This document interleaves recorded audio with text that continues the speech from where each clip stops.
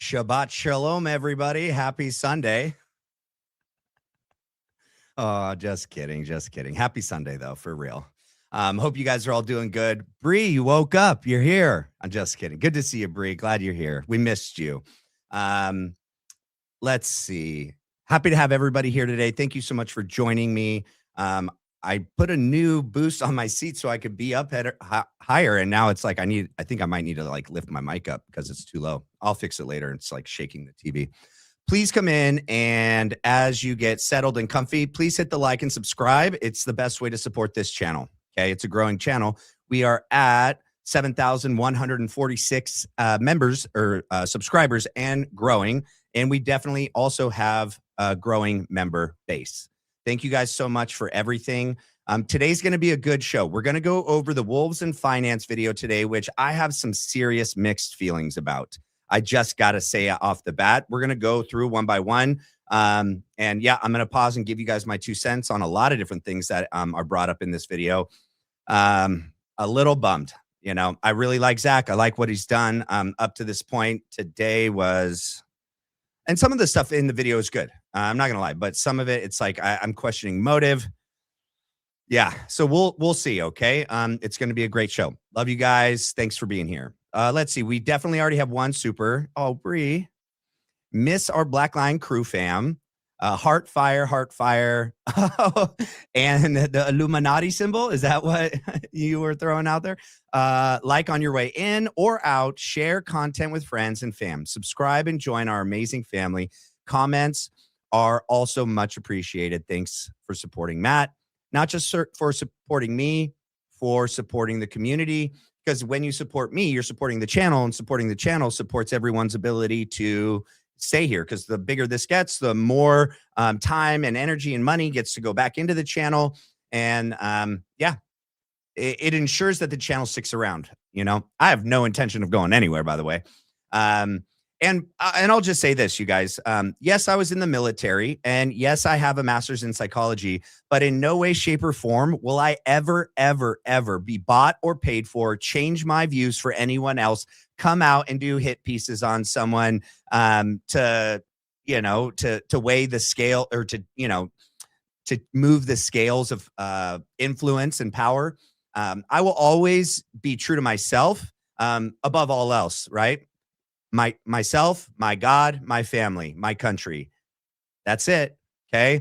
And because of those things being the standard for me and what I shoot for every day, that also means I'm accountable to you guys by doing those things, by being accountable to God, to myself, to my family, and to my country. I will be responsible and accountable to you by doing all those things. Okay. Because I got to say, watching the video with Zack, I'm like, oh, man, I don't know now. I really just don't know now.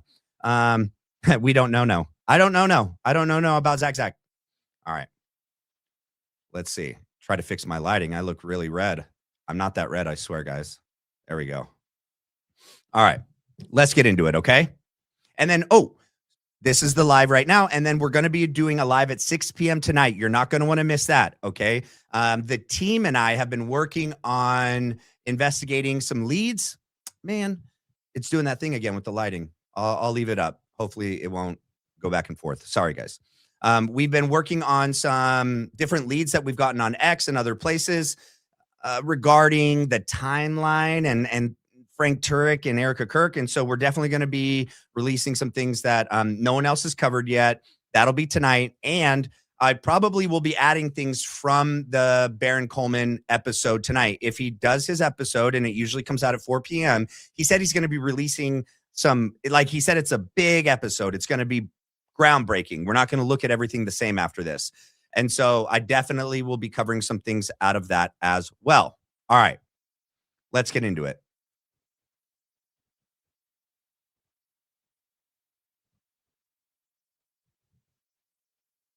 I have uncovered some new information about who allegedly shot Charlie Kirk, and it's not Tyler Robinson. I've spent a lot of time researching what happened, and I think what most people do not understand about this case is how far down this rabbit hole goes. So get ready, we're going to go max.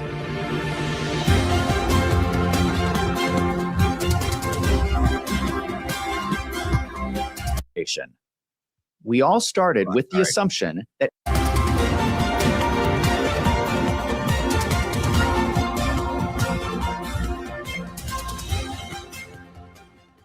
Let me start with the biggest problem of the Charlie Kirk investigation. We all started with the assumption that he was an innocent victim. He was a martyr. He could do no wrong. I think we all made the wrong assumption. Look, and I'm going to be doing some more investigating into Zack and his background and like where he is religiously, where he is politically, just so I can get a gauge as to like who this person is and like why would a person be saying some of the things he's saying in this video? Because it does call into question, in my opinion, what he's claiming. The why is just as important as the what. And so, yeah. Here's the issue. We are now at a tipping point that's what where we have uncovered so. Sorry, guys. My ADHD sometimes gets the best of me. He's clearly now. We didn't all think that Charlie could do no wrong. I didn't think he was above reproach, that he was above sinning. He's a human. That's a total weird point to try to make, that all of us thought that Charlie Kirk was some saint. No, he's a human. He was a really good person, in my opinion, okay, but a human nonetheless. And so any human is going to have their faults, their weaknesses, their struggles, their vices.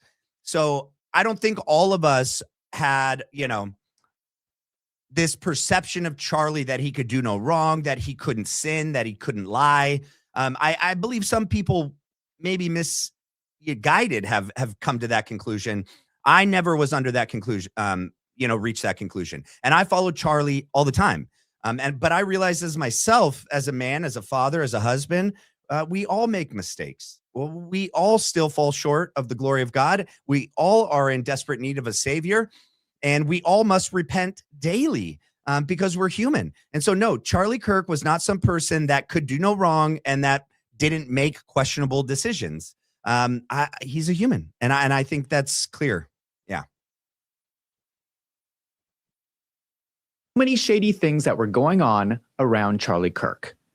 It looks like there was so much wrongdoing that it is unbelievable that Charlie Kirk was unaware of at least some of what was going on. There were shady things in the financials of Turning Point, allegedly. There were violations of election laws, allegedly. There were strange connections between the staff at Turning Point and Fort Huachuca, allegedly. And just because Charlie Kirk was a brilliant person and extremely smart, and just because he had the capacity to sin or to have faults, doesn't then conclude that he was in on all of it and knew everything, right? There's so much in between those 2 points that I think Zack is kind of glossing over here. Just because he was intelligent, which he clearly was, just because he was a human being like all of us, could sin and make bad decisions, doesn't mean that he was in on all of it. Okay. But look, this investigation into Erica, TPUSA, Philly, and Charlie, it's ongoing. I don't have a set conclusion already. Okay. I'm not working backwards from what I think happened and then trying to prove myself right. I have ideas, beliefs, opinions. I'm considering a lot of things because we don't really know. Most things out here right now are pure speculation. There's very little proof of anything. There's things that point to certain things and people and places like Philly, but we haven't found a smoking gun. Don't know if we ever will. But to say some of the things Zack is saying in this video, to me, is pretty troubling. That's an interesting picture of Erica. There was Erica Kirk's strange past, allegedly. There was just too much going on that I no longer believe Charlie Kirk was an innocent victim. He was a genius. You can tell that he was brilliant by just watching him speak. Well, he cannot be both a genius and completely unaware of. Right, not completely unaware. He could be a genius who delegated lots of responsibility and positions to people who were much more corrupt and sinister and dishonest than him. Well, Zach, you're the one that reported on the Doge style effort. Did you forget about that? Can you explain to me why Charlie would have then asked for the Doge style effort looking into the financials? Your previous videos say that he found out about them right towards the end, and he said, I want a Doge style effort into the financials of TPUSA. So explain that. Was that just a ruse? He was just, what? So he's in on it, but then not in on it? I don't know. Come on. What was going on around him? How could he not figure some of this stuff out? I think he not only knew about some of these alleged criminal activities, he was also involved at some level. And that changes the entire story about what happened on the day that he was murdered. In a previous video, I talked. And here's the other thing, you guys. He starts out this video and the thumbnail of this video by saying that he's gonna, come out. He's gonna point out who he thinks killed Charlie. The video never gets to any of that. There's a lot of what he says this video is about, and then never really gets to any of it. He talks about the military and different things like that, but he's not really pointing to anything specific. And so I left this video at the end having way more questions than answers. I don't think that he fully thought out everything before. I wish he would have waited. I wish he would have done a little bit more research and then came out and actually pointed to some conclusions. It's mainly just speculation. About Fort Huachuca. This is where they have the U.S. Army Intelligence Center of Excellence. I want to talk about this further, and I'm going to go back to the beginning. And stay with me because this all leads back to Charlie Kirk's murder.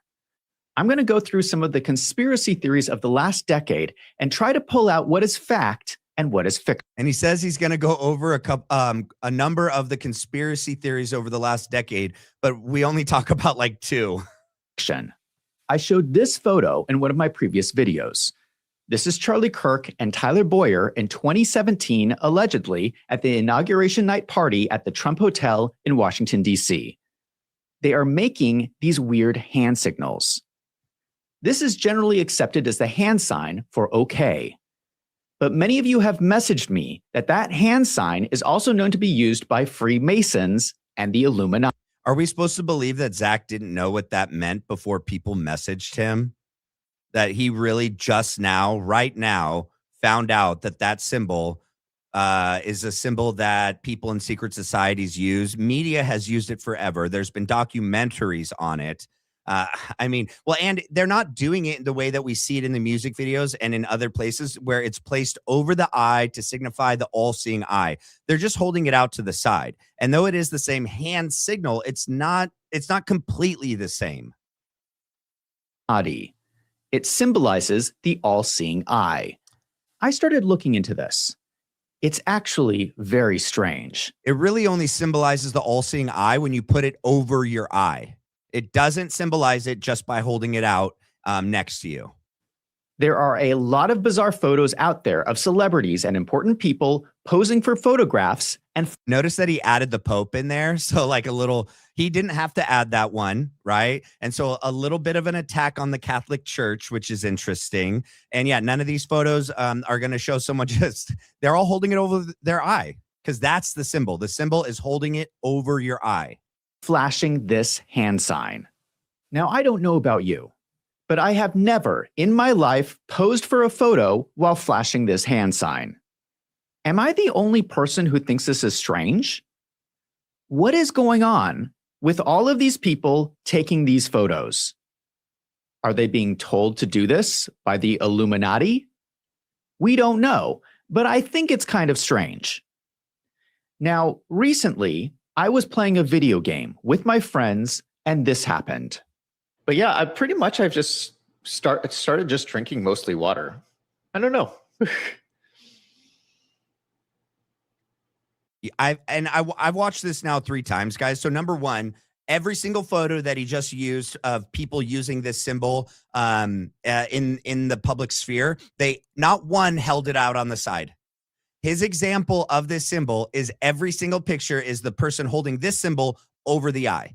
That is a very, very big distinction. They're different. It's not the same. Okay. Number two, I don't know that he had this. I wish this could be timestamped and he could show us the metadata that he didn't film this after the fact to then put it in as a joke and then say like, look, it happens, da, da, da, da, da.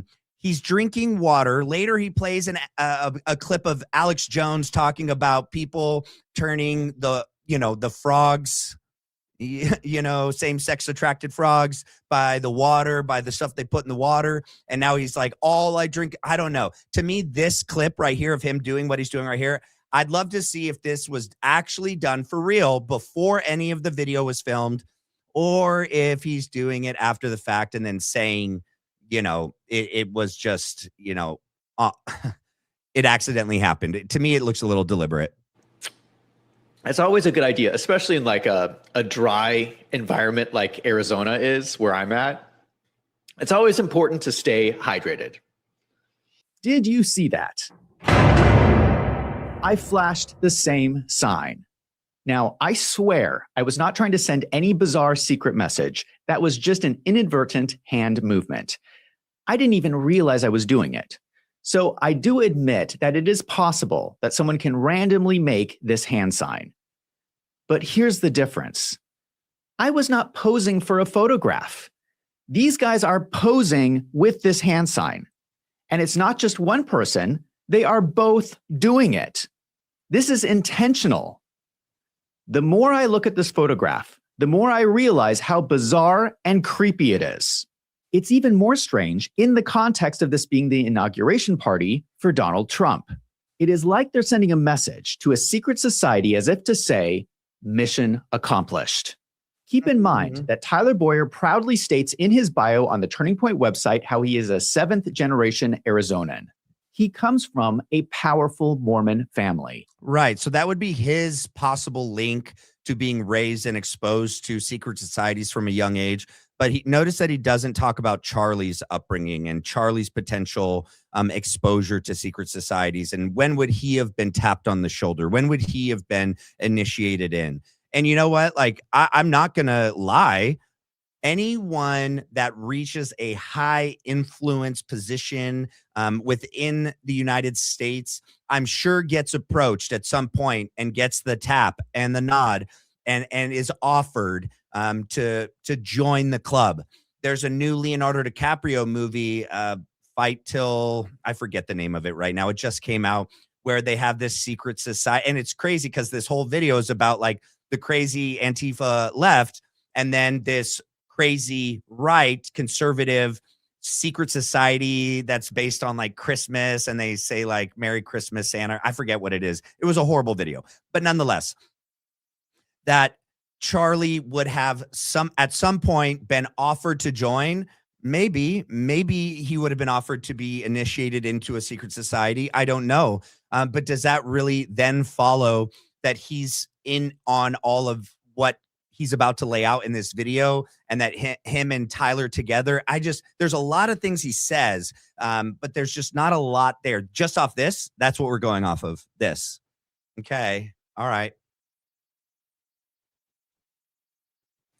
So it is not unreasonable to think that he is getting involved with Freemasons even at a young age. This photograph suggests to me that both Charlie Kirk and Tyler Boyer were part of some secret society from the beginning. What is also important is that this photograph happened before Candace Owens started working for Turning Point. This photograph was taken in January 2017. Candace started working at Turning Point in November 2017. Candace Owens has been doing the most thorough investigation into Charlie Kirk's death.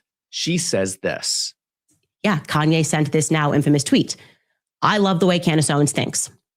I believe, and I'm saying this retrospectively, that from that moment onward, Charlie and I were assigned handlers. Okay, this is an expression that Kanye used to say, have a handler. I thought that he was just saying that. I thought that he was referring to just Hollywood. I now very much believe that I have had handlers since 2018, and that things were done intentionally to pull me and Charlie apart. What Candace Owens does not realize is that there is a growing possibility that her handler was Charlie Kirk himself. Do you guys really think that there's a growing possibility that Candace doesn't realize that Charlie Kirk could have been her handler? Really? And I can't wait to see Candace's response to this video. Because not only does this video do a lot of things to the official, ground support in trying to really investigate the assassination of Charlie Kirk, it really seeks to, I don't know, maybe not attack is the right word. And I'm not in blind defense of Charlie and everything. I've already started the video by saying that he's a human being that sins, makes mistakes, and has weaknesses and faults. But to then jump so so quickly to now him being in a secret society and being part of everything that he lays out here, I don't follow. And I can't wait for Candace Owens to come out, and I can't wait to hear her response.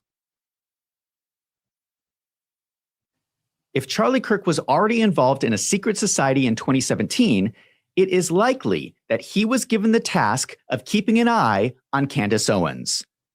I think that Charlie Kirk was a double agent from the beginning. That's huge, and he says it right there. So he thinks Charlie was a double agent from the beginning. Candace has released a bunch of text messages between the two.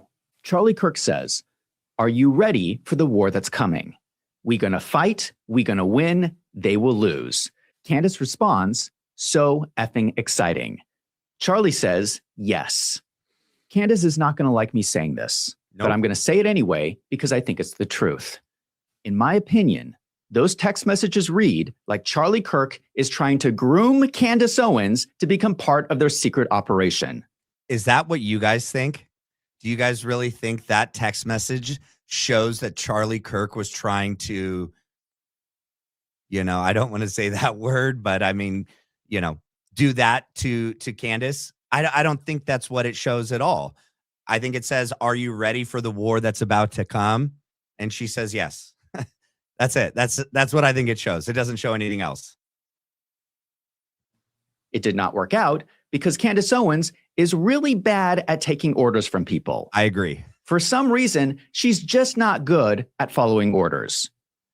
I don't think she would do very well in the military. Agreed. And we know the rest of the story.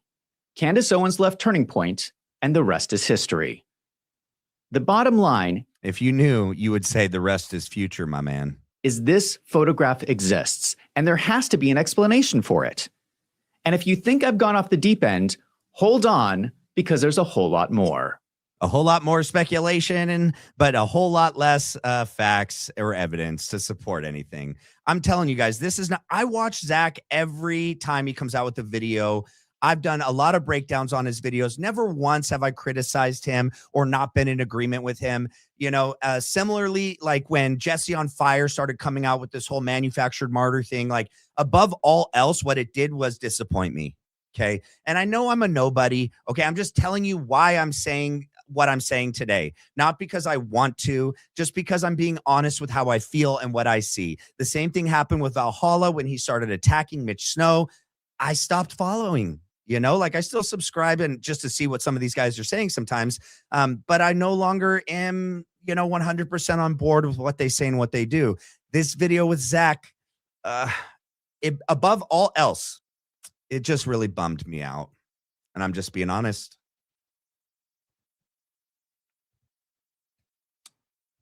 Charlie Kirk was murdered on September 10th, 2025. On October 19th, 2025, I made a video on my working theory of what actually happened. My initial reaction was that the intelligence community was somehow involved. I saw too many similarities with the JFK assassination, which many people now believe involved people within the CIA. I published that video. I mean, no, it's actually been proven. There's definitely CIA connections to the JFK assassination. 1 month after the murder. We now know so much more information, and I want to update my working theory. I now believe that in the US, there's a growing conflict going on between the different intelligence agencies. In the US, you have the national intelligence agencies like the CIA. then each branch of the military has their own intelligence. CIA headquarters is in Langley, Virginia, which is only 8 miles from downtown Washington, D.C. The CIA tends to lean Democrat. We know this because of their involvement in scandals like the Russian collusion hoax during Hillary Clinton's election and the hoax about the Hunter Biden laptop during Joe Biden's election. I think it's also important to point out, you guys, that if you follow the UAP, the unidentified anomalous phenomenon, realm, and which I am fascinated with that and the things that have come out recently since 2017. You'll know that every one of these intelligence agencies, whether it's military or the private ones, the government ones like CIA, NSA, or FBI, there's factions within factions within factions. They're very compartmentalized. I think it would have been better for him to point out, and I think Candace should make this distinction as well. When she's talking about certain intelligence agencies, really, it's the department heads. It's the high up leadership. They're the ones making the decisions. They're the ones dictating the direction of things. The majority of, the worker bees and the worker ants, whether that be in intelligence or in the military, aren't bad. But these organizations and these military branches are controlled by a few people at the very top, the Joint Chiefs and the high-ranking generals and other officers within these different branches and intelligence services. And it's really the high-ups in these different departments in the military, the branches themselves, and in the intelligence agencies, whether that be CIA, NSA, and so on, or National Reconnaissance Agency, or the NRO.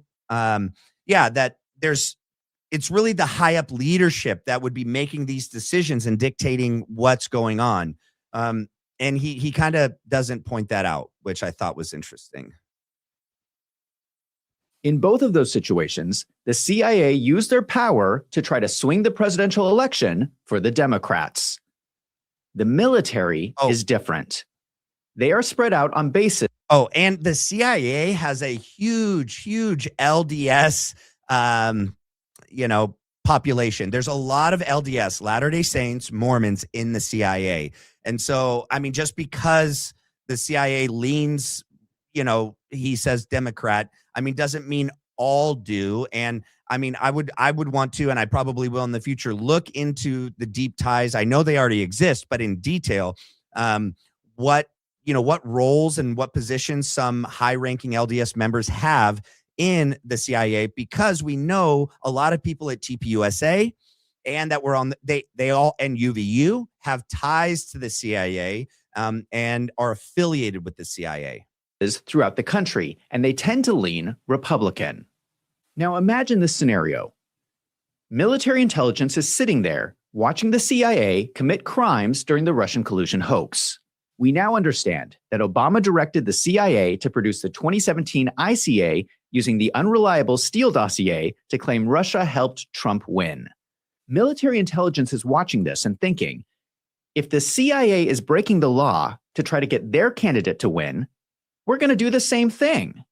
If you think this is not possible, do you know who convinced Donald Trump to run for president when he announced the first time in 2015? It was someone from the military. We know this because Trump said it himself in a speech. 2015, I sat with Joe at a dinner, and believe it or not, I was getting a big award from the Marines. And Joe was presenting the awards, and I had no even thought of running for president. And I said to my wife and family, look at that guy. He's a great-looking guy, isn't he? He's like central casting. He's like right out of Hollywood. And that is this guy right here. Okay, this guy right here. He's an officer in the Marine Corps. I think he's a full bird colonel at this time. I'm looking at this emblem right there on his shoulder. Let me make sure I'm sharing it. You guys can see it. Yeah. All right. And we know that this is him because of what happens in a little bit. But also when Trump just talked about him being good looking, this gentleman looks at him and smiles and he starts nodding his head. But you'll see in a minute, it is who Donald Trump is talking about right now. Hollywood. But he made the great presentation. Right. And Pence and all of them, you saw all their heads. They're all looking over at him. Okay. So that's who it is. That night. And I got to talk to him because I sat with him and Nope. Those look like stars. My bad. So he's not a full bird. He's a 3 or 4 star general. And I know that he was the commandant of the Marine Corps. I just don't know at what time he was. I think this is probably when. So I can't see the 4th star there, but I'm pretty sure he's a 4-star, general. Ellen and his son, Patrick. And I was asking Joe lots of questions about the military. He said, "You really enjoy this, don't you?" I said, "Well, I just love our country. It's very important to me. I love our country." I said, "I don't know. What do you think? Should I give it a shot?" This was before it was public. He was one of the first people I asked. I said, "What do you think? You think I'd have a shot? If I get it, we're going to rebuild that military. It's going to be stronger than ever before." And he helped me form an opinion. He gave me a lot of information, and he has ever since. So for that, I want to thank you and Ellen, and I want to thank Patrick. Yeah, we saw that. So he is a 4-star general when the guy in the glasses moved. So yeah, he's a 4-star general. I hope I got his name right. It's a long time ago, but I think his name was Patrick, right? Yep. Did I do good? This is the story Trump tells. In 2015, he had no idea he was going to run for president. He was at this dinner for the Marines, and he was approached by Joseph Dunford. This is the other thing that I think Wolves missed. Who else has a deep connection to the Marine Corps specifically? Lori Francvi, who most likely was a sergeant major in the Marine Corps. Lori Francvi. This is Erica's mom, who had direct government contracts with the Marine Corps. Lori Francvi, who also worked hand in hand in Romania. Erica Kirk. Well, at that time, Erica Francvi. Who did Trump know before Erica and Charlie met? Well, Erica and Trump knew each other. Okay. They have connections that precede Charlie. Lori's connections and Erica's connections and Tyler Boyer's connection to Trump precede Charlie Kirk. Okay. And I find that to be interesting as to, how they Erica and Charlie ended up meeting, and that Tyler's the one that made that connection happen. Tyler's the one that had Erica sit behind the podium at that 2015 rally in Arizona for Trump.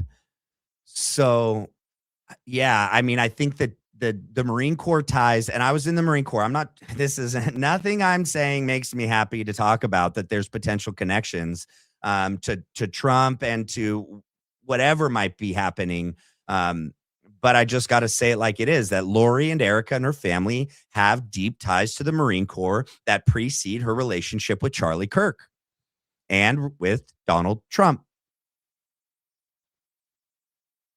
Joseph Dunford was the commandant of the Marine Corps, which is the highest ranking officer for the Marines. He became the chairman of the Joint Chiefs of Staff under the end of Obama's term and the beginning of Trump's. This military man told Donald Trump something at this dinner that convinced him to run for president. Joseph Dunford's background is interesting. Senior level Marines typically attend the Marine Corps War College. Joseph Dunford did not attend the Marine Corps War College.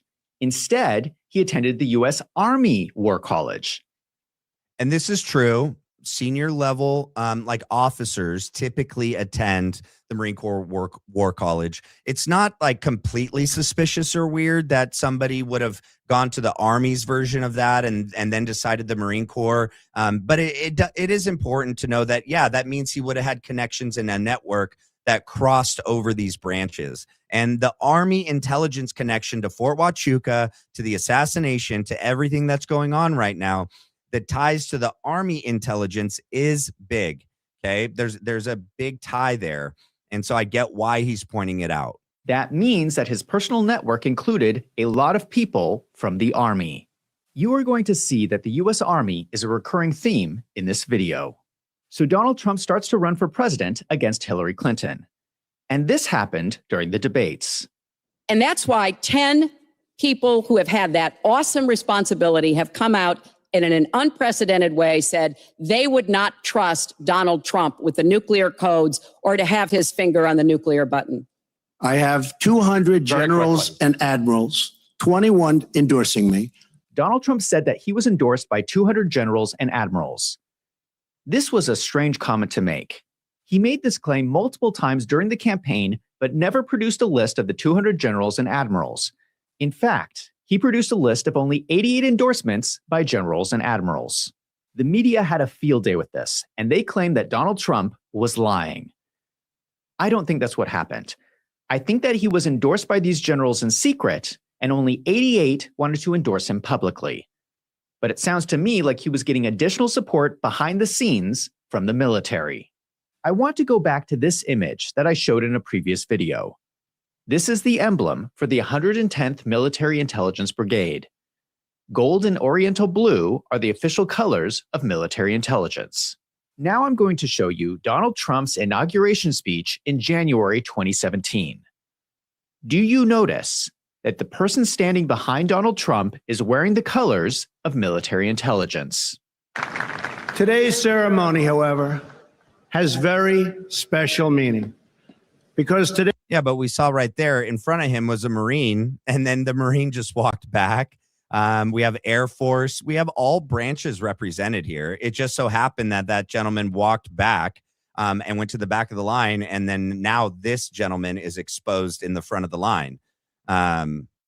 It doesn't really mean anything, you guys. Today, we are not merely transferring power from one administration to another or from one party to another, but we are transferring power from Washington, D.C., and giving it back to you, the people.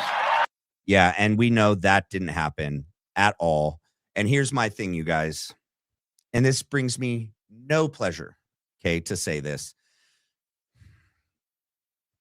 I've done videos and breakdowns of Trump after Hillary's debate with him where they really went at it. They're at a gala the next night, the Al something gala. They're chummy. They're friends. Look at Trump defending Hillary and Bill right now with the Einstein files. Their whole left versus right, it was all BS. It's all a show. It's a circus. They're friends. They're not enemies. Okay. And so this whole like the left versus right, no, the Republican and Democratic Party is controlled, in my opinion, by this uniparty that's above, behind, surrounding them. And so to say that everything that follows this, you first would have to believe that the left and the right really are fighting and they're trying to get control from the other party. I don't think that. I'll tell you what I think as we go along, but just know that him and her hating each other and not liking each other, it was all a show. They're friends. Trump is defending Bill and Hillary.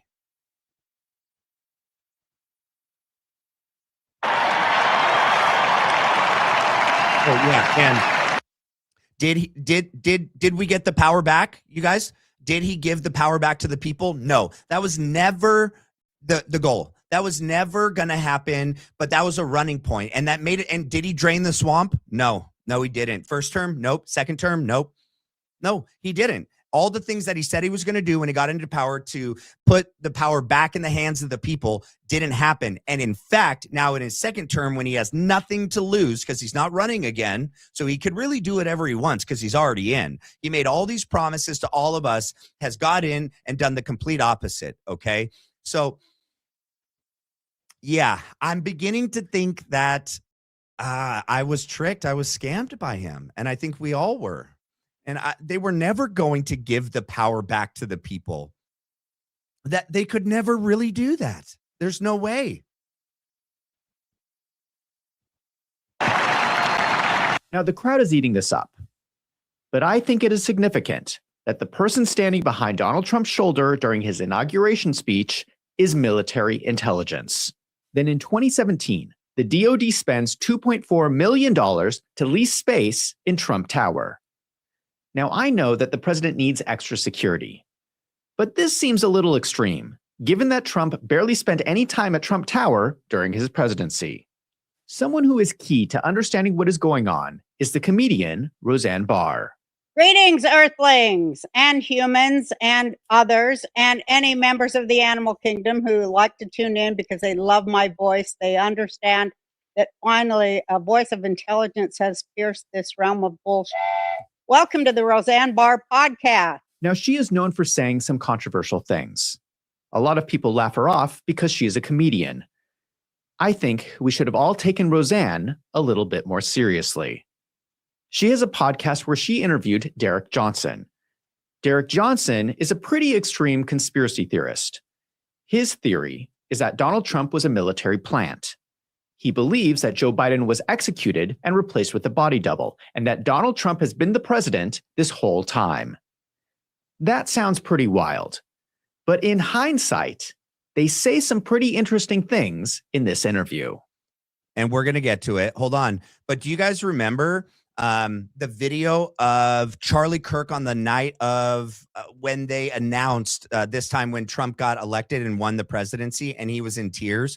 Do you remember people saying, and him saying, and other people saying, the reason why he got emotional and Erica came over and consoled him wasn't just that he was happy that Trump got elected. The main reason was because supposedly the Democratic administration of Biden was that they weaponized the Department of Justice against TPUSA and against Charlie Kirk, and that they were investigating him in TPUSA and were going to put him into prison. So that means if what Wolves is saying is true, so Trump was doing that then. So Trump was investigating him and it was all fake. But why? Charlie looked legitimately terrified that he was going to go to prison. He was legitimately in tears that Trump getting elected saved him from that. So what? So Trump, they assassinated Biden, which, you know what? I mean, there is a huge difference between Biden before and then Biden during, and they look different. They're different sizes. He's got the issues with his skin on his neck. I gotcha. I mean, there is some, I don't know. Like, I don't know if it was really Biden the whole time or some other dude. But to say that Wolves is saying that he believes that they did take him out, or in somewhat agreement with Roseanne, she's making the claim. But then that would have to follow that then Trump was the one running everything. So he was the one allowing this investigation or spearheading this investigation into Charlie and didn't tell Charlie it was all fake.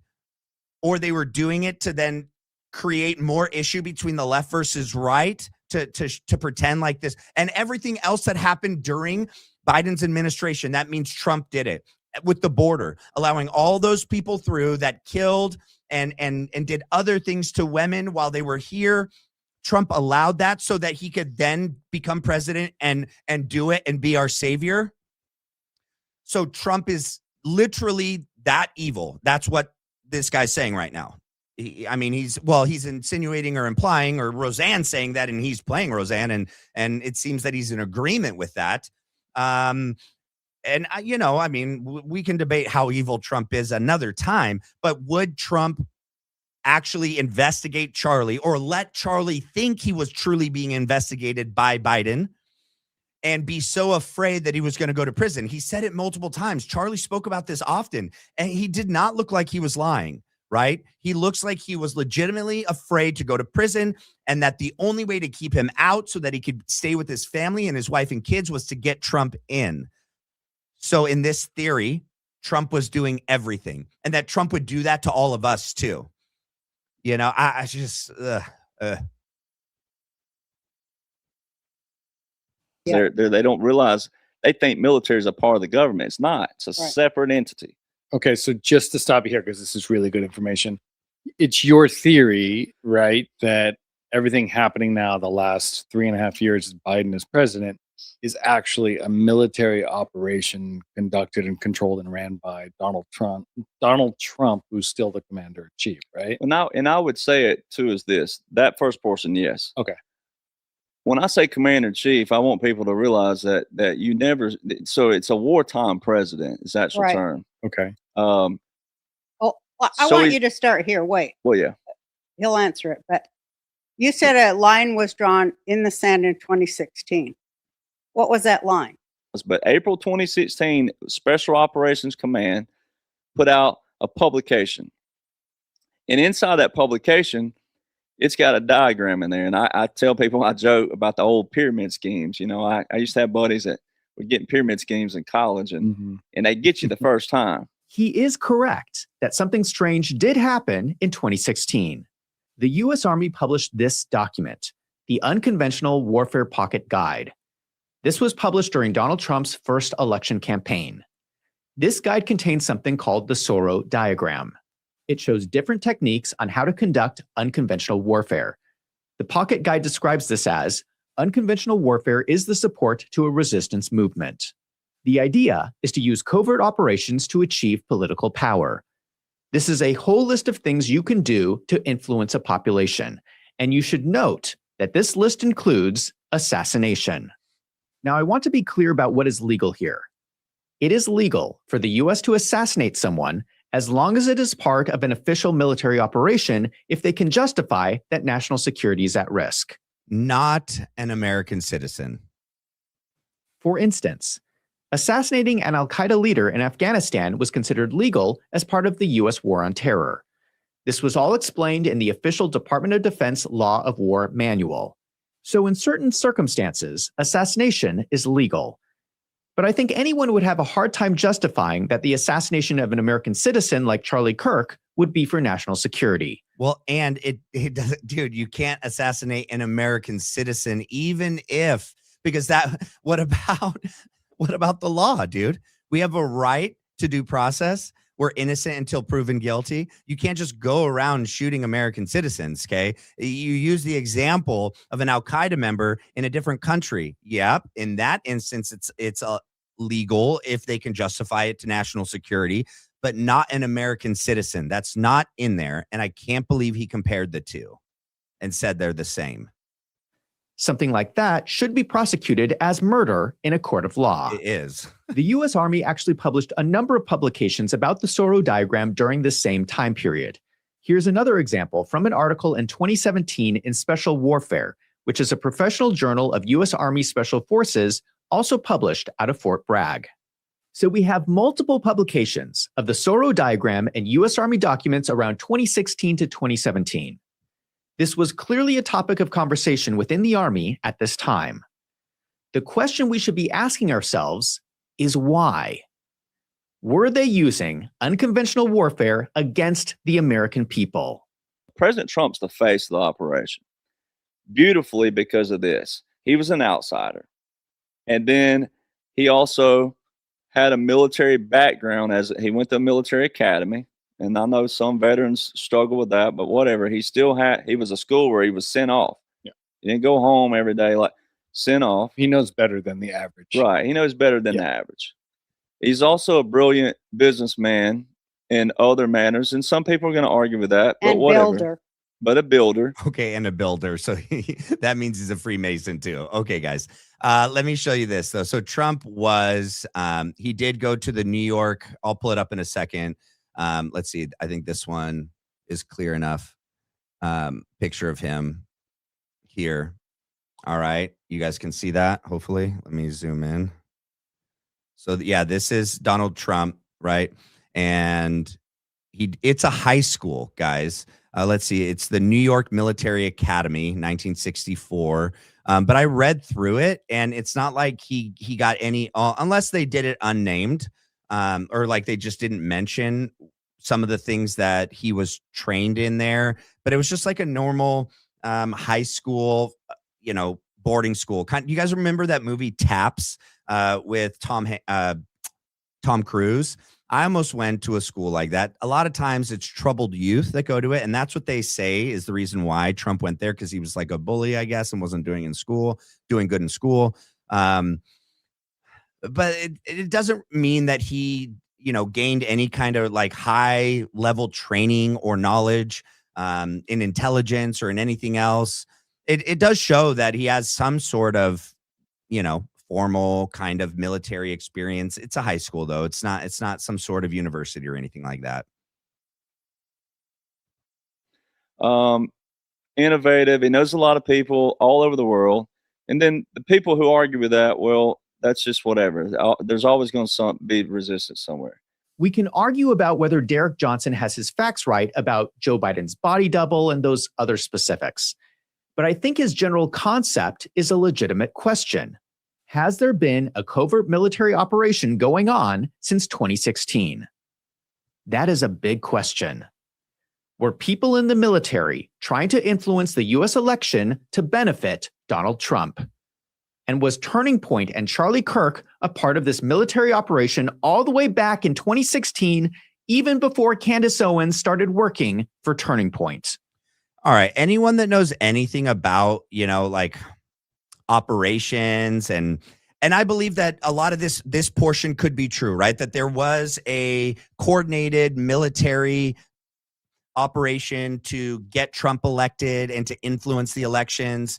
But it's everything like this is very compartmentalized. Okay. It's called a need to know. They could still have used Charlie and made this seem like a very big existential threat. And if Trump was running it during Biden, I could see how Trump pretended to weaponize the Justice Department against Charlie and not told him, to then motivate him to help him get elected, to then not go to prison and also to help save the country. Just because there is, some evidence or circumstantial evidence that Trump was part of some operation to win the presidency, and that the military helped him do that. There's not a lot that proves that Charlie knew about all of it and that he was in on it. If anything, he was kind of like a useful idiot, where he didn't have the need to know the full scope of things. And so they told him bits and pieces, and intelligence agencies do this all the time. They give you a little bit of truth with a little bit of lie, a little bit of truth and a little bit of lie. And they use you, they manipulate you for their ends, for what they want to happen. And just because Charlie Kirk is smart and very intelligent doesn't mean he couldn't have been misled. Doesn't mean people with high ranking insignia on their uniforms and someone like Trump could come in and pretend to be telling him the whole truth, but not be telling him the whole truth, telling him partial truth, half truths with lies, to then manipulate Charlie to take part in this, to work endlessly and tirelessly to get Trump elected. So I don't follow Zack, that just because of these, ties, that Charlie was in on it and knew everything. I hit play, I swear. Roseanne Barr also went on the Tim Pool podcast and said this. I'll start from the beginning. First, we can talk about the I believe that they were authorization. I believe that they were all arrested. Oh no. I believe that they took Oh no, here we go. everybody out. Here we go. Oh no. Never happened. That they're playing their parts, and that we're going to see military tribunals by the end of this year. I believe it. You want about another 1,000? So the military tribunals will be public? They already have happened. Will they be public by the end of the year? Yes. You want about another $1,000? Roseanne, I like $1,000 on that too. Okay, so she says that high-level officials have already been arrested and had military tribunals. Yep. And so Roseanne Barr is Jewish. She is a Zionist, and she has deep ties to Philly. And above all else, that is her motivating drive in the things she says and the things she does. She attacks Trump. She attacks Candace. And she says a lot of things that have no real basis or foundation. She's on the Tim Pool podcast. And even though I agree with them in this instance that, a lot of what she's saying is just cuckoo. Some of the things in the other podcast where she had the guy with the cowboy hat on sound a little bit more plausible. Come on. We also do have to judge a little bit on where the information is coming from, and do we really believe or not believe? And even Tim and his co-hosts are like, oh no, Roseanne. She was wrong in her statement because it has never been made public. But did military tribunals happen? We really don't know. What she is calling tribunals could have just been backroom meetings where they pull in powerful people and tell them, we know what crimes you have committed. You either go along with our plan or spend the rest of your life in prison. Is that what you think she meant, you guys?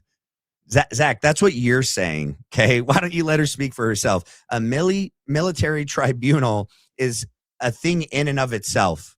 If she meant that they were just threatened and questioned, in an interrogation room or in a skiff, then she would have said that. That's not what she said. She said military tribunal.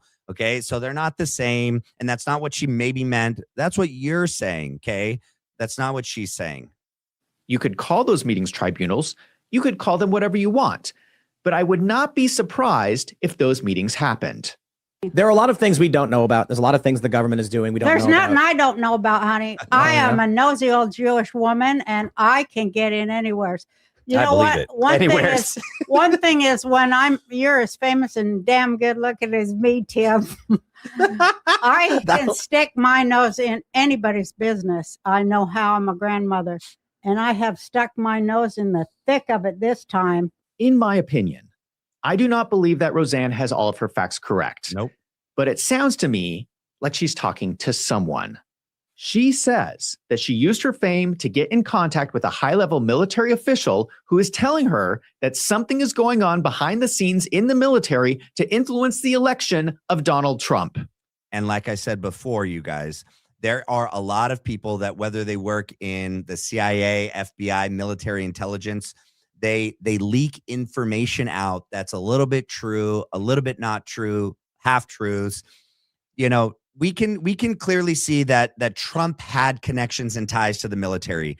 And even someone like Alex Jones, which he'll talk about in a little bit, might have some connections and people that he talks to that have, ties to the intel or to the military.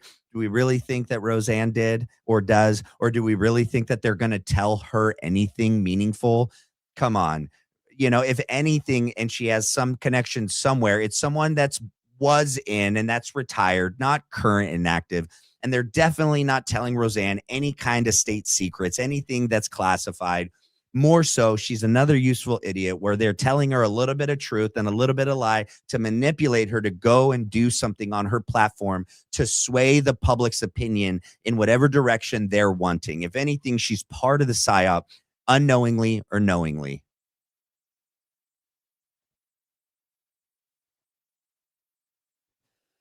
Given everything that has been happening, I think we need to find out who Roseanne Barr is talking to. In a shocking development, Roseanne does not agree with Candace Owens about what happened during Charlie Kirk's death. Yeah, what's her take on Candace Owens? Monster. Hey, do any of you know who this guy is? This guy right here? I don't know who this guy is.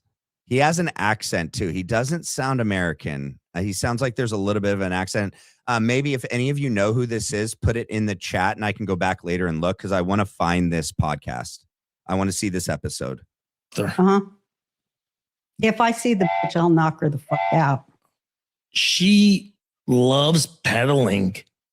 She loves what? Peddling conspiratorial.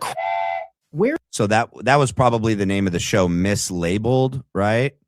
I'll have to go back and look at that. Where's all this violence coming from? Roseanne is close with all of these military contacts, and now she wants to punch. Look what he did there, guys. So just a couple seconds ago, he goes, it sounds like, it looks like that she has someone that she's talking about getting these sources from. Now he's saying she's close to all these military contacts. That you're going from one and now you're jumping and saying that she has all of these military contacts that she's close with. I don't think that's what we saw. I think it's possible she had maybe one person or two that she was talking to, and we don't even know who that is and who they work for or worked for or why they're saying what they're saying to her. Yeah. Candace Owens in the face. Which is crazy. You might think all of this is crazy, but I hope that you realize that there are people out there who talk openly about the military overthrowing the U.S. government. When I was in D.C. a few months ago, meeting with the Justice Department, I went out and did some live streams. People saw these, millions of views at the monument everywhere. And I would have the National Guard come over, and we turn the cameras off. They would talk to us, and it was every National Guard group. I talked to 6 or 7 groups when I was there for 3 days. Men and women, old and young, Hispanic, black, white. All of them said, we're listeners. We've already been told by our commanders that the Democrats are planning an uprising and a civil war. We know this, we're just being soft deployed ahead of what's coming. That is the enlisted lowest level. So the Democrats better know your dog ain't hunting. I mean, the military gets it, at least at the enlisted level. That is Alex Jones. Alex Jones loves conspiracy theories. Now, there it is, the gay bomb. Look it up for yourself. I mean, this is what do you think tap water is? It's a gay bomb, baby. And I'm not saying people didn't naturally have homosexual feelings. I'm not even getting into it, quite frankly. I mean, give me a break. You think I am like, shocked by it, so I'm up here bashing it because I don't like gay people? I don't like them putting chemicals in the water that turn the friggin' frogs gay. You really think he's that mad? He's totally acting here. This is so ridiculous. I mean, it's such a bummer what Alex Jones turned into over the years, because it totally discredits so much of what the truthful claims and stories he broke. I mean, he clearly has a lot of good points, and he's brought a lot of things to the public that probably else in other circumstances would never have made it to us. But then he does things like this, and it's like, oh my goodness, Alex. Do you understand that? Serious crap. Look at that. I'm sick of being social engineered. It's not funny. Okay. There has never been a conspiracy theory that Alex Jones does not like. I agree. Until the Charlie Kirk murder. For the first time that I'm aware of, Alex Jones has come out and said that everyone should just trust the government. It's a black hole. Candace, I'm worried about you. I care about you. And you're only digging the hole deeper. Do you really think he is worried about her and cares about her? No. Look at all the things that he's done and said since this post. Most people 3 weeks ago agreed with you because there are a lot of questions about Charlie. He needs to be investigated. 90% of the public still agree with her. Okay. All the polls have come in, Alex. We don't agree with you. We agree with Candace. Dude, come on. Okay. And it exploded your show. It was already huge. Okay. Now most people think you've gone crazy. Nope. I find this reaction very strange. Alex Jones is taking the government side. This has convinced me more than anything else that something is going on here. And just like Roseanne Barr, Alex Jones has high-level contacts with the military. I've had some high-level folks in Army Special Operations call me 2 days ago saying that they're getting major intel that there are hit teams out with a high priority to kill me and others. I want you to consider how bizarre this is. He says, I've had some high-level folks in Army Special Operations call me about threats on his life. He didn't get a call from the police or the FBI. He got a call from someone high up at Army Special Operations. And Zack is taking the stance that he believes Alex Jones, which is crazy. Because Alex and Tim Pool and Gary at Paramount Tactical never said anything about a threat on their lives until after Candace came out and said about the French connection and that she had actual evidence, information, intelligence that was given to her that there was a legitimate threat on her life. Okay. That's when Tim and Gary and Alex Jones now came out and then said there's credible threats and the Army intelligence group told me so. Zack, I don't know why you're reporting on this like you believe Alex Jones. Like this now points to that he has, and I don't doubt that he has some connections and some, people in intelligence somewhere, but I don't think that there was an actual threat on. I mean, who knows? There's probably threats on all these people's lives daily, though, normally, like Erica Kirk and Charlie and other people. You're in the public sphere. People are going to love you. They're going to hate you. They're going to send you threats. They're going to not send you threats. It's probably happening all the time anyway. But like now, this is the first time he says it, after Candace came out. Come on now. That is strange. That does not usually happen.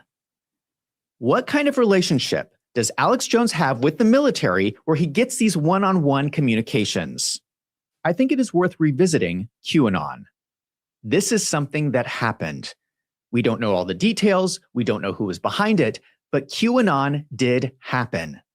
Between 2017 and 2020, leading up to the election between Donald Trump and Joe Biden, someone using the codename Q began posting information online. They used the name Q because they claimed to have a Q-level security clearance, which is the top secret clearance used by the Department of Energy. The best explanation I have heard of QAnon was from Jacob Chansley, who became known as the QAnon shaman. And you guys, I'm going to go back, not right now, but another time, and we'll go over it. The episode with Roseanne and that dude with the cowboy hat, and then this one, because I want to see other things that these that came out, other information that came out in that. I don't know what QAnon is. All I know about QAnon is they say you're a QAnon person, and they say that QAnon's a right-wing thing. And the only time I ever hear about it is on CNN. Let's break this down. Q is a psychological operation. In order for mass formation hypnosis to occur, that 25 to 30% of the population has to gain some sort of heightened level of radicalism where they scream the loudest and then they get a hold of the levers of power, right? Now, when it comes down to stopping this process from happening, all you need is 5% or more of the population to not become hypnotized and say, no, this is ludicrous. You are nuts. We are not doing that. Now, we've seen the effects of mass formation hypnosis, critical factor bypass, and neurolinguistic programming in Nazi Germany. We saw it with the Bolshevik Revolution in Russia and the USSR. We saw it in the Red Revolution in China and the Chinese Communist Party, okay? So we've seen the effects of this process, and it is psychological warfare. What he is saying is that he believes that QAnon was a reaction to Operation Mockingbird. Operation Mockingbird is well documented. We know it existed. It was a CIA program to influence the US mainstream media. In 2013, Obama signed a law called the Smith-Mundt Modernization Act. Within the scope of normal CIA operations, they create propaganda materials for foreign countries.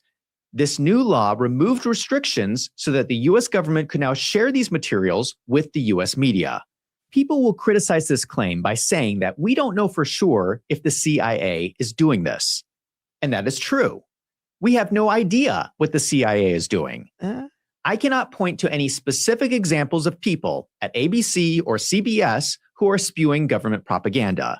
What I didn't know, I thought he was going to do, because he shows Barry Weiss and that dude when he makes that statement. I thought he was going to be like, I can't point to any specific instances where, but it's like, you can't. I mean, look at those two you just showed.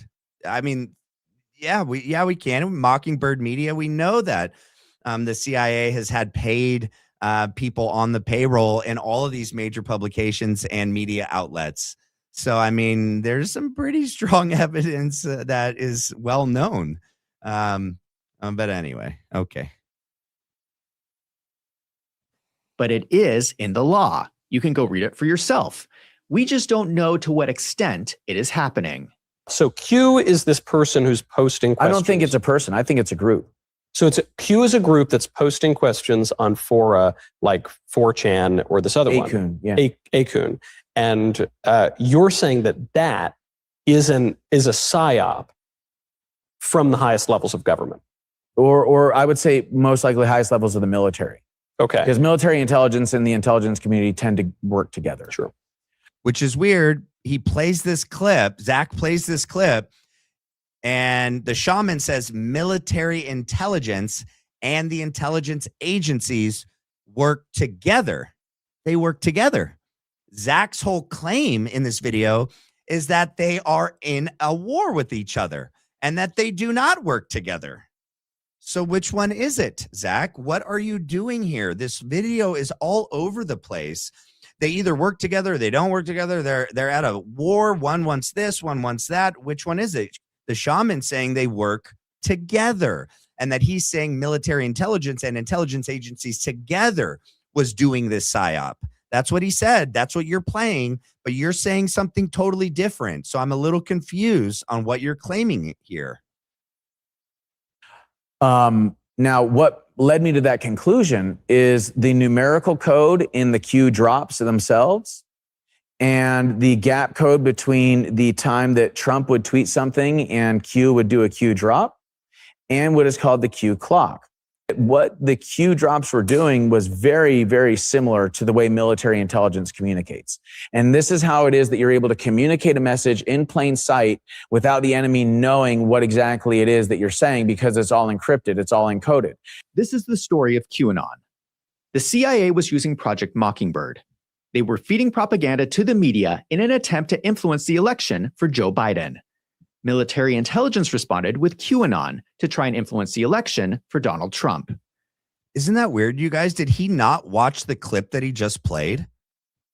Did he not watch the shaman just say that the military intelligence and intelligence together are working in unison, not against one another, not at war with one another, not having different goals and ends in mind?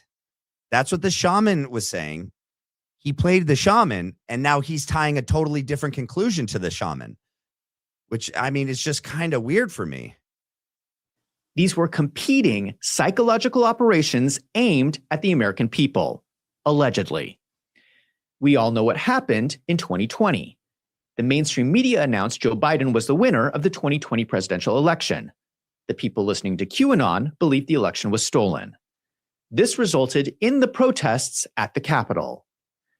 What I am saying is that I believe that all of this was orchestrated by the intelligence agencies, and we, the American people, are the victims. If you do not believe me, let me remind you of something. There is roughly 2 months between Election Day in November and when the new president takes office in January. During this period, Donald Trump made very few public appearances. In fact, in 2 months, he only made 5 public appearances. One of those appearances was to go to West Point for the Army football game on December 12th, 2020. This is very interesting in hindsight, given what we know. I want you to watch this footage and tell me what you see. Does this look like a man who was just defeated in an election? Because it looks to me that this is Donald Trump telling the Army that no matter who is in the White House, that he is still the Army's president for the next 4 years.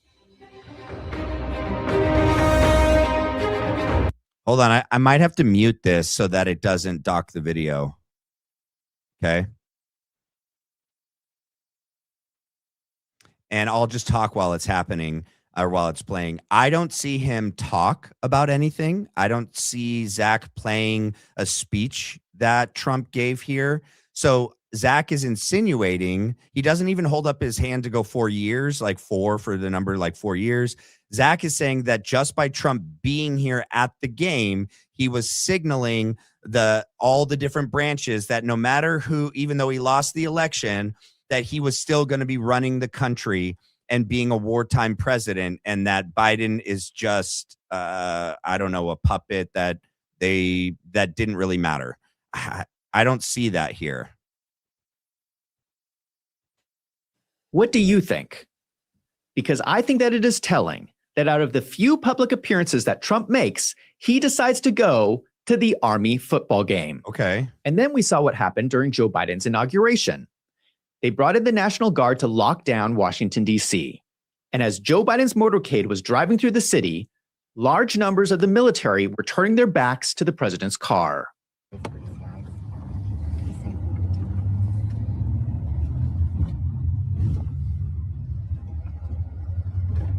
I do agree with him here. These guys are not, the way that they're standing, they're not protecting the motorcade.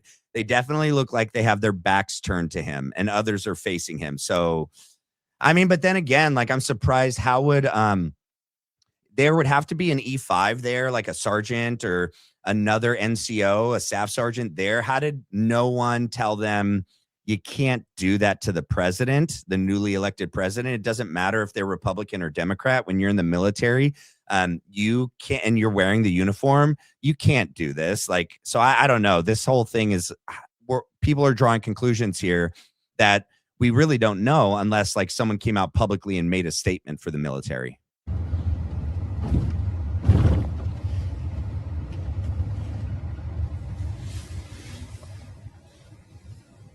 Now, when this video started going viral, a spokesperson for the National Guard released an official statement saying that the troops were not turning their backs in protest. There you go. These National Guardsmen were on duty with a mission to protect the president against potential threats.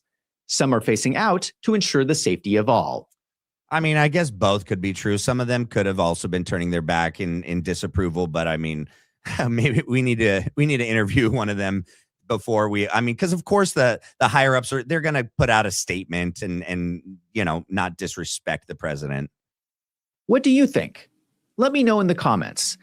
If there is anyone who knows about the military, do these soldiers look like they are facing away because they are looking for danger?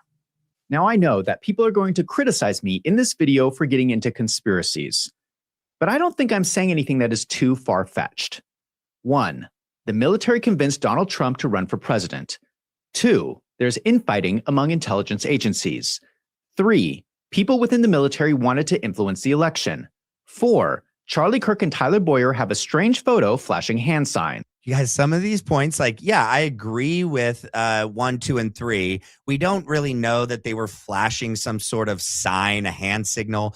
But even if these points are true, besides 4, but the rest that come out in 1, 2, and 3, that doesn't then mean what he's claiming it means.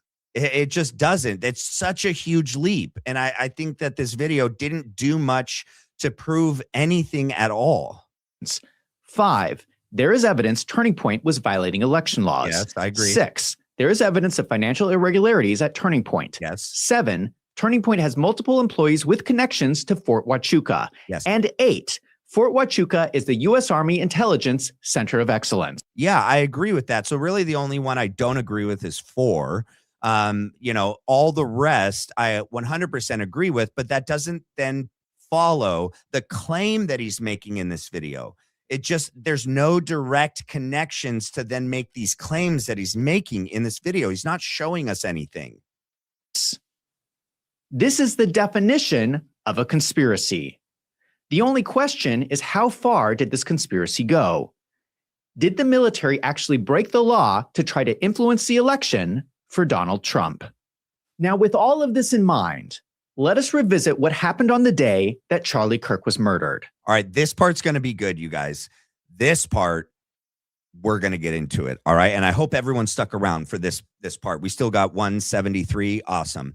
Look, when wanting to know a person's motive, right, it is important to know their background. I'm not doing any kind of character assassination here, all right? I'm not saying that we can't believe anything someone says because of anything in their background. I'm just saying that it's important context for what someone says is like, how were they raised? What is their religious affiliation? Are they saved? Are they not saved? Are they Christian? Are they Catholic? Are they Zionist? Are they not?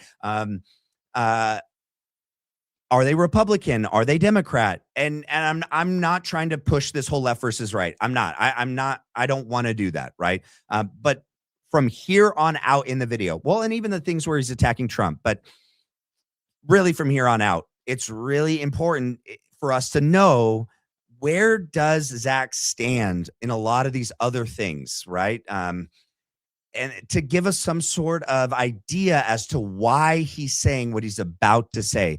Because the people he uses, I'm not even going to mention the person's name. He's going to do it, right? But the two people he uses with these videos, they both are claiming. He uses 2 videos. Sorry, I didn't complete the thought. He uses 2 videos of these people on the internet, on YouTube, that are both using their platforms to say that Charlie Kirk is alive. And so Zack would know that. Why is he using, if he's not claiming, he's somewhat insinuating by using some of these videos, these people are saying Charlie's still alive. So he's saying he doesn't agree with that part, but then why use these videos, man? These people are out there and they are not, they're not part of our community. They're really not, you guys. And their motive is extremely suspect. And one of them in particular, right? Not a good person. Personally, he's been here and attacked me just because that I haven't agreed to something that he wants. My ego's not gonna be triggered, man. Like, either I agree or I don't agree. I don't show up on your platform and start attacking your community. That's so That's just ridiculous, man.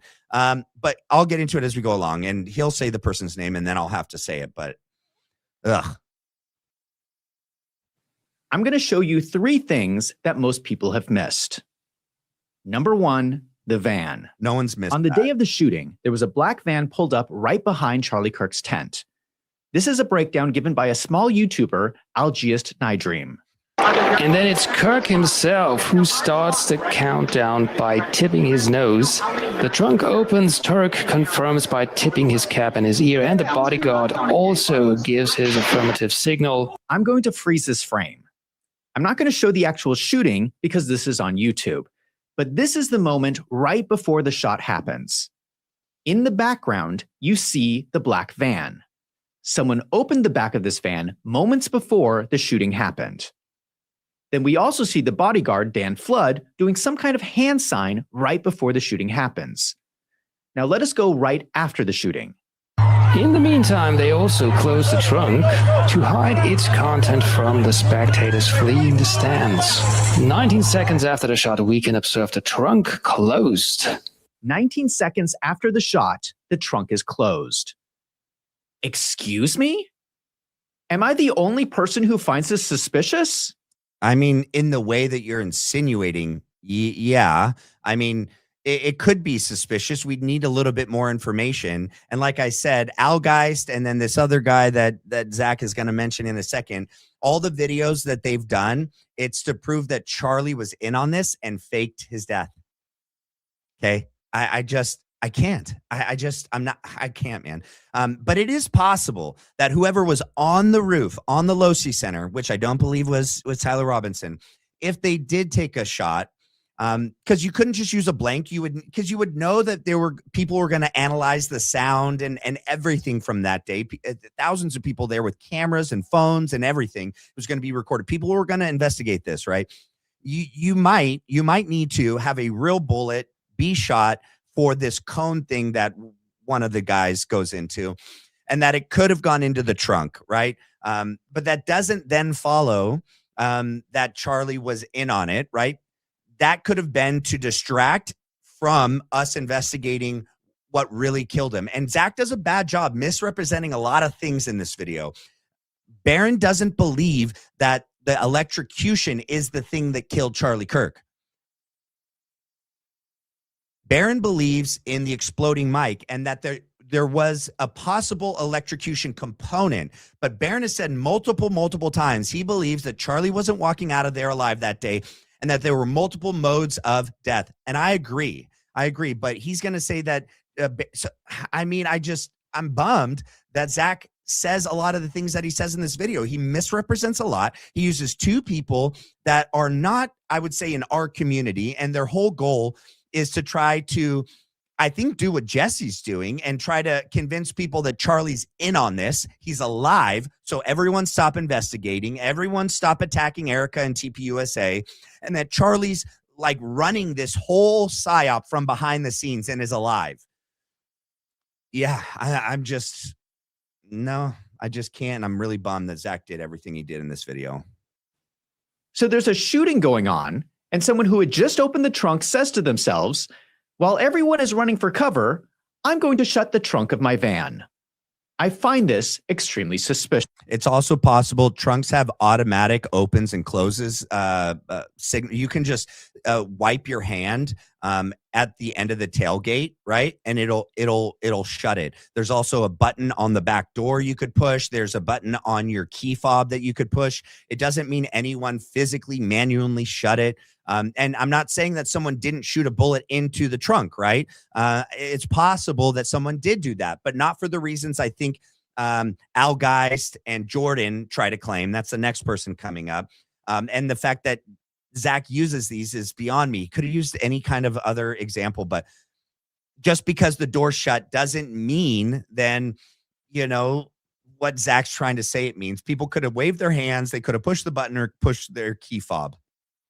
They could have still been in danger, still thought that they were in danger and still maintained cover or went and found cover and pushed the button or swiped their hand and done it really quickly.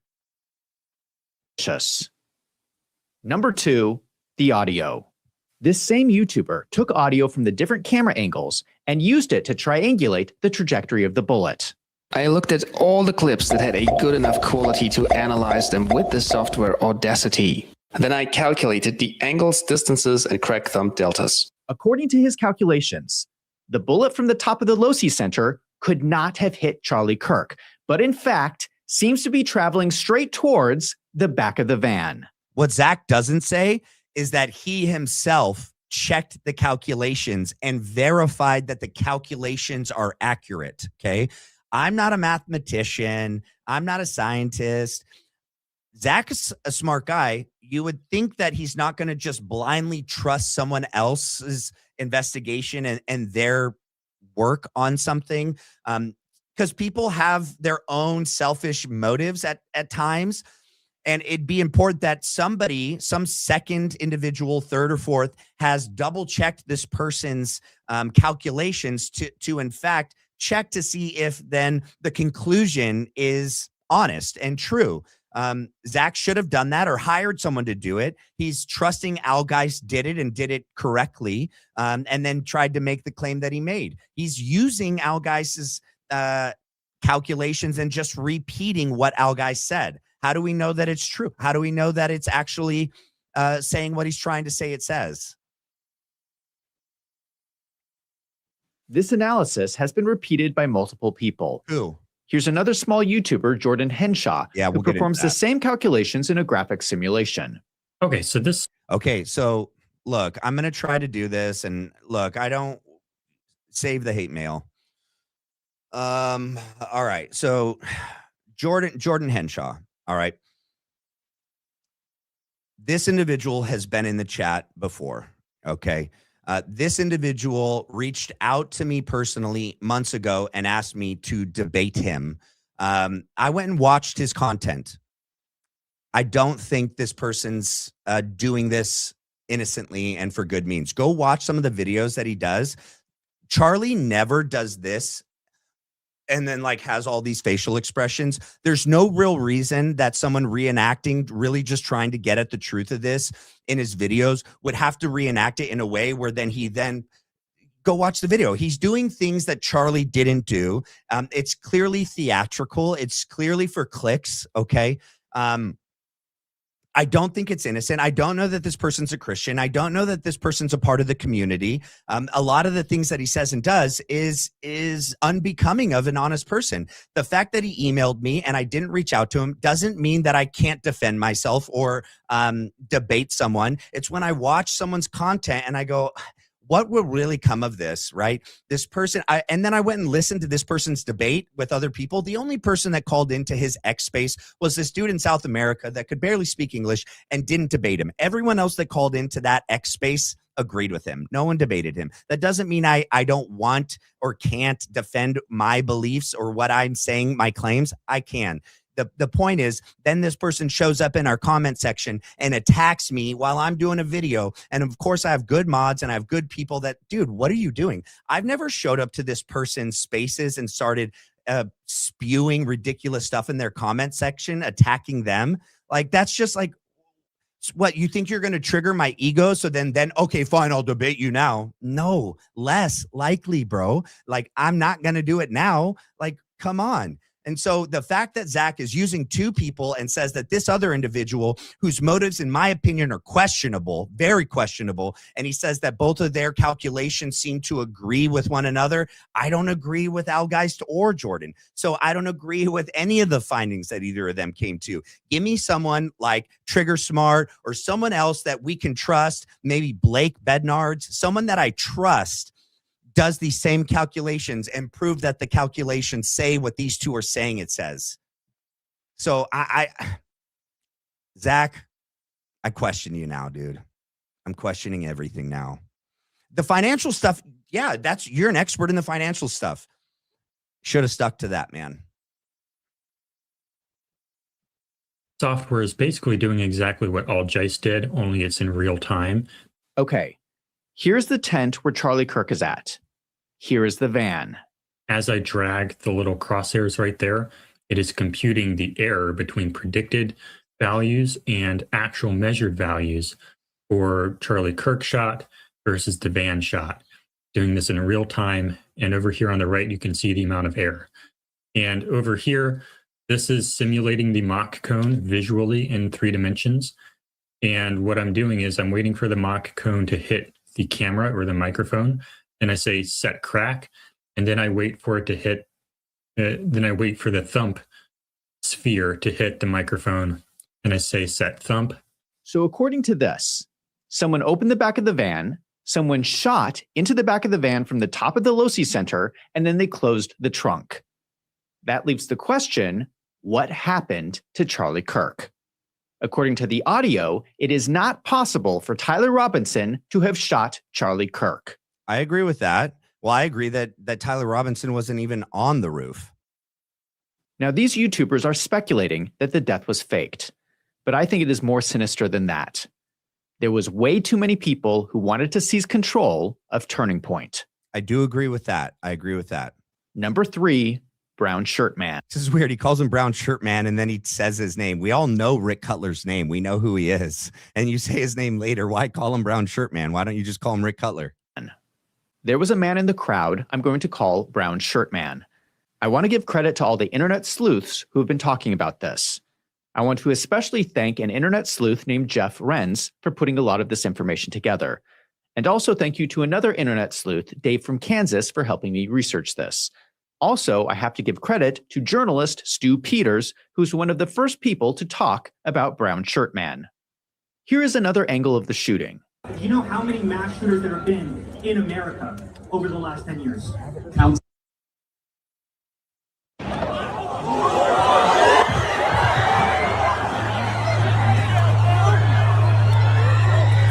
I am blacking out Charlie Kirk. This is the moment of the gunshot. Who is this guy? My understanding is that this is someone named Rick Cutler. I have not seen this man in video of other Charlie Kirk events, so it appears that he is a new member of the security team. He is, and I'm surprised Zack didn't do his due diligence and research that. There was about 5 to 6 new security team members there that day. Rick Cutler is one of them. And I don't know if Charlie knew which people were new to him that day.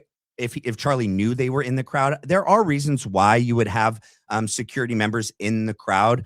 I don't know why Rick would be at the front like that, facing Charlie and not looking around elsewhere. I don't know what kind of security he's really doing by being there on the front and facing Charlie. Look, the palm gun thing, there's very little likelihood that Rick Cutler used a palm gun. I'll go into it as we get along in here. They're very inaccurate. You do it from a very close distance, closer than what he is. And yeah, we can't really see what's in his hand. We don't know if anything is in his hand. There is a space in between his fingers. However, when people have broken down this video in other places, he moves the shirt and the sound of the explosion or the gunshot or whatever, they're not at the same time. They're off.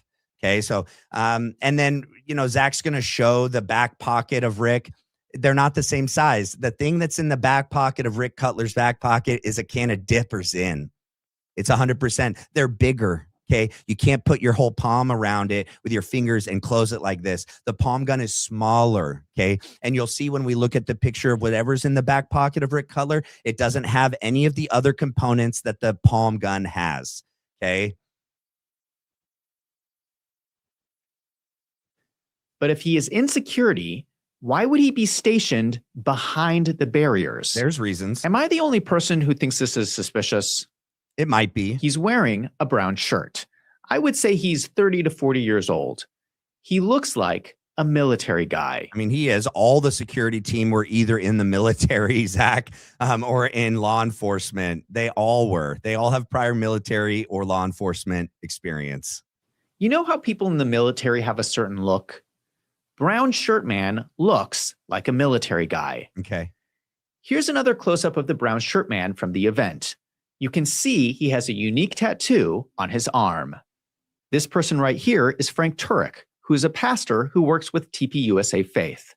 A lot of people have been wondering why he's holding his cell phone this way. Frank Turek claims he was on FaceTime. This does not look like a FaceTime call to me.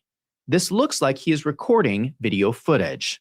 And Blake Bednards and Kelly and a lot of people have pointed out that when Frank was on the other side of the stage before the event began, he was on FaceTime. He doesn't have some sort of blackout thing on his screen because there's pictures and videotape. You can see the FaceTime call, so you can see it.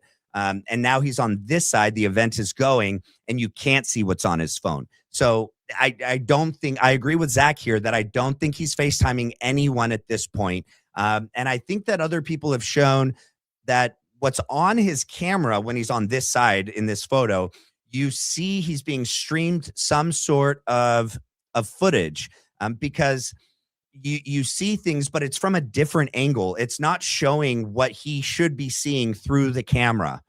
So I don't know what it is he is viewing or what is streaming to his phone. It's not a FaceTime call. We do know that much. It's possible drone footage from a drone that's flying around. Frank's the one that said they were looking at drone footage on his phone. He said that, and then he changed it recently and said, oh, it could have been someone up above me sending me footage from their phone from up above. So it was to his phone that he received the drone footage or the footage that now he's saying is not a drone footage. But he's not on a FaceTime phone call here. I know that much. And I saw some people in the chat, look, I'm not telling you guys have to believe me or trust me on anything. I'm going to tell you what I think. I'm going to tell you what I believe to be true. You guys can trust me or not trust me. You can judge me based on what I've said and what I've done to this point and what you know. To most people, I'm a complete stranger, okay? I would say do what Ian and other people have said. Trust no one. Check everything. Verify everything for yourself and come to the conclusion that you feel you believe. I'm not saying trust me, bro. I'm not saying because I trust Blake and Matt and others, you need to trust me. I'm just telling you that's who I trust. I trust certain people and I don't trust other people. Everyone's an adult here. Use your brain. Come to your own conclusions. Trust who you want. Trust me. Don't trust me. It's fine.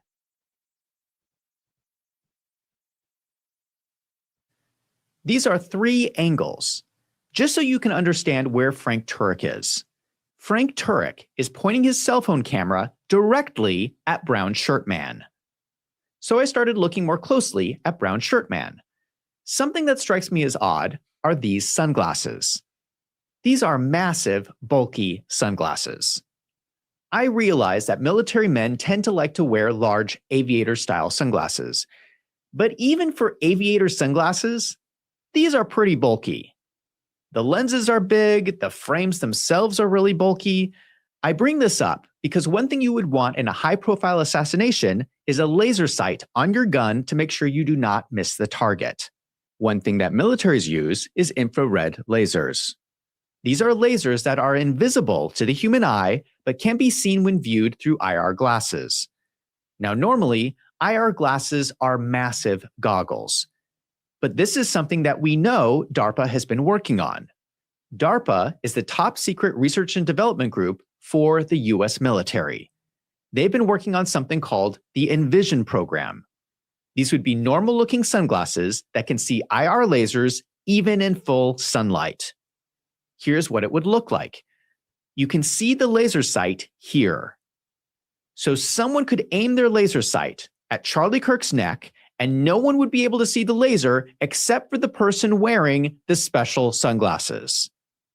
I think these sunglasses look very suspicious, and someone should inspect them. I agree with that. I do think they look weird. They don't look normal.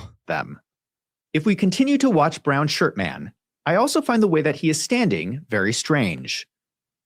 Who stands this way? And I do agree with him there that like it does look like his arm bracing on the railing is acting as some sort of stabilizer, like a tripod would for a rifle, and that then he moves his shirt. But I mean, there's so many other things about this that I don't think that he actually had a palm gun in his hand. They're very inaccurate. You got to be very close. The timing is off. The sound of the shot and him moving, they're not together. They're separate. There's a space in between. It doesn't seem like whatever we heard is coming from his hand. Yeah. So, I mean, I guess they're saying then that's the shot that's on the roof, right? And then they timed it wrong. Okay, I could see that. And then the palm gun itself has a muffled or silent shot, so you don't hear it at all. Okay, so it didn't get picked up on any of the cameras or the audio footage from that day.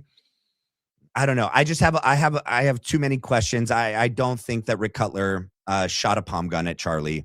There's too many other issues. But like I said, I don't really know still. I think nobody knows. I think we're all speculating. I think we're all trying to figure out what happened here. I think except for the people saying that Charlie's alive, I don't think that they're trying to find out anything. I think those people are intentionally doing what they're doing. That's my opinion. You were at the front row of an event. Would you stand like this? It looks like he's bracing himself with one hand on the barrier and then using his arm to steady his other hand.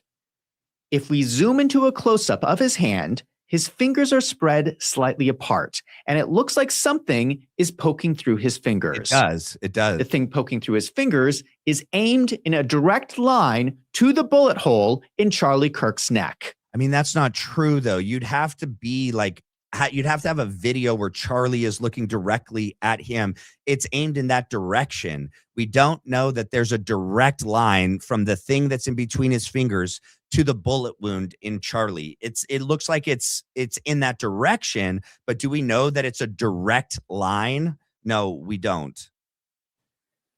Does anyone find this suspicious? It's a little bit. Something that assassins are known to use is called a palm pistol. Right. So look at this and look at the outline. Look at these other components to it. The trigger back here. We got everything, all of this sticking out. Now look at what he shows in the back pocket. It's not the same size. It's not the same outline. That's whatever is in his back pocket, which I think is Zen or dip. Most people in the military use some sort of nicotine, some smoke, but a lot of people dip. And nowadays, instead of dipping something that's brown that you have to spit out into a bottle or on the ground, or some people swallow old school dip, but it's really gross and it discolors your teeth. A lot of people are dipping Zen and these other kind of white nicotine pouches. And that's what it looks like it's in his back pocket. This is a small circular item you can hold in the palm of your hand.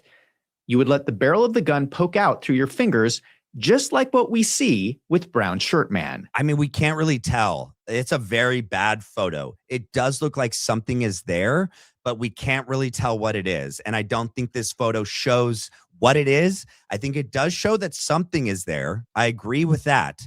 But what is there, we don't know. And this photo does not show that it's for sure a palm gun. And you fire the gun by twitching your hand because your palm activates the trigger. I have to say that people have other theories as well. Some people suspect that the twitch of this man's hand is not pulling a trigger mechanism, but instead detonating an explosive device in Charlie Kirk's lapel microphone. But with either theory, people are starting to notice that the movements of Brown Shirt Man look suspicious. If you still do not believe me, take a look at this.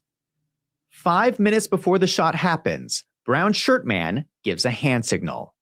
Here you have the shooter signaling to someone else saying, 5 minutes until the shot. And look carefully who is watching the signal. Watch again. How do we know, though? Why isn't there a better angle showing that there's thousands of people there that day? I do agree that this is the vicinity in which Rick Cutler is standing. This is the area. And I do agree that like Frank Turek and Dan Flood are looking in this direction. They're also all wearing sunglasses, Frank and Dan. They could be looking at Charlie. It's just that their heads are turned this way. They could be looking at someone in the crowd. They could be looking at a lot of things. They could be looking at whoever's doing this signal. This video does not show that for sure is Rick Cutler and that for sure Dan Flood and Frank are looking at Rick Cutler. It shows at best someone is giving a signal, and it shows at best that Frank and Dan are looking in this direction, but we can't see their eyes. We can't see what they're looking at. And yes, I do agree that Dan then, engages, activates his glasses after this. I'd love to see a different photo that shows Rick definitively raising his hand, giving these signals before I make any kind of statement to that.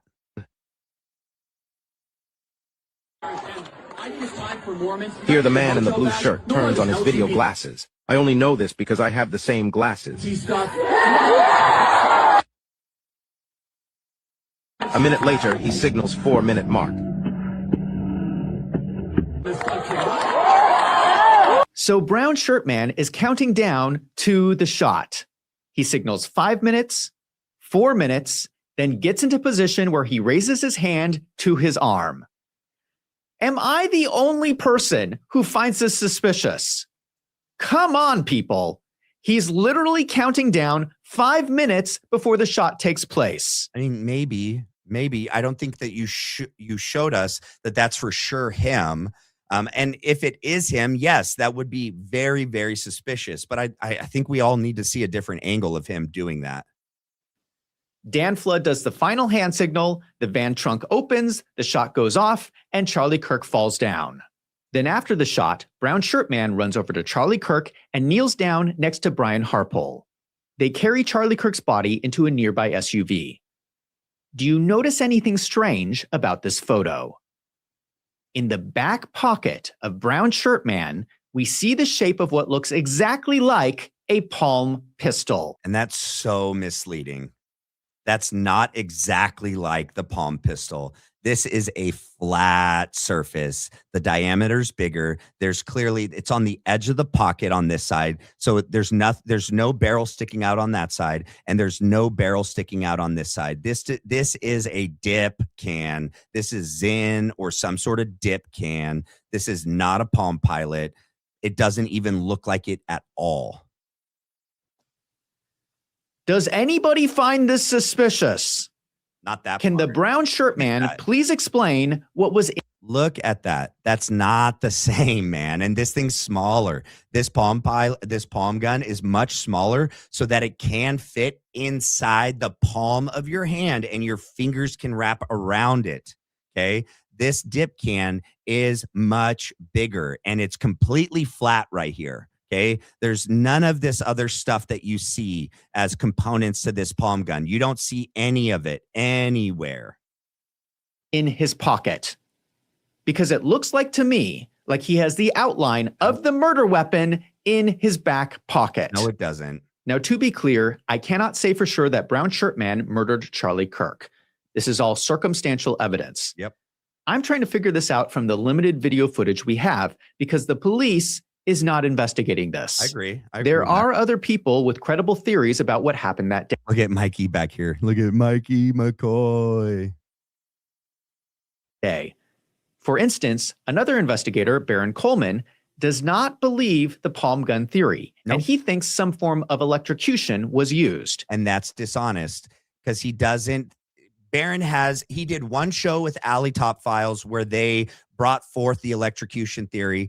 But since then, Baron has said time and time again, he thinks that there's multiple modes of potential that caused the death of Charlie Kirk. Right now, I think he's much more in the camp of John Bray and the exploding mic theory. He's done multiple episodes on that, but he has said time and time again, he thinks that there was the exploding mic, electrocution, and possibly others. He pointed out the dots on Charlie's arm, possible stun gun. He also said he hasn't ruled out a theory that someone broke his neck, whether that's on the ground, because when they carry him to the car, it looks like something's really wrong with Charlie's neck, or that they finished him off in the car. And so for Zack to say that the only thing Baron believes is electrocution is dishonest. We do not have all the details, and I am still open to other explanations about what happened. But my opinion, even if we don't have all the facts figured out, this looks like a full-scale military operation. I agree with that 100%. We need a full investigation. And I agree with that 100%. We need congressional hearings. I mean, will that even do anything? Look what happened with JFK, 9/11. Congressional hearings, the whole Einstein thing. A congressional hearing doesn't bring forth actual evidence, you guys. One of the questions everyone keeps asking is why Kash Patel, the head of the FBI, is not investigating any of these leads. Why isn't he looking into Brown Shirt Man? Why isn't he investigating Turning Point? Why isn't he looking into Fort Huachuca?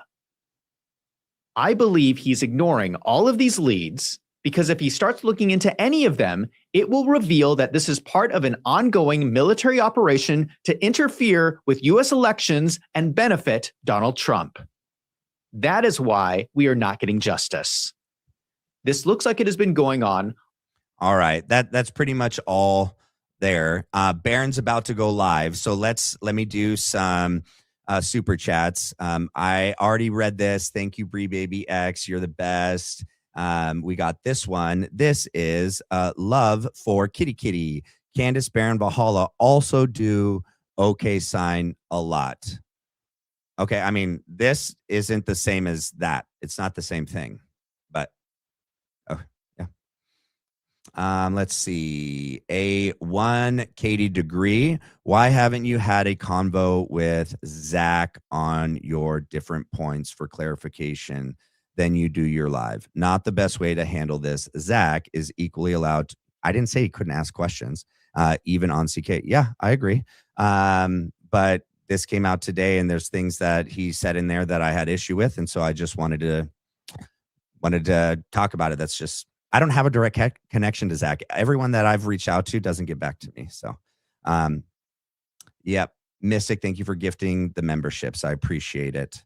All right. Does anyone have anything else before we sign off today so that we can go watch Barron's explosive, no pun intended, episode? He said he's going to bring forth a lot of really good new evidence, and I can't wait. And then later today at 6, we'll be going over what my team has uncovered.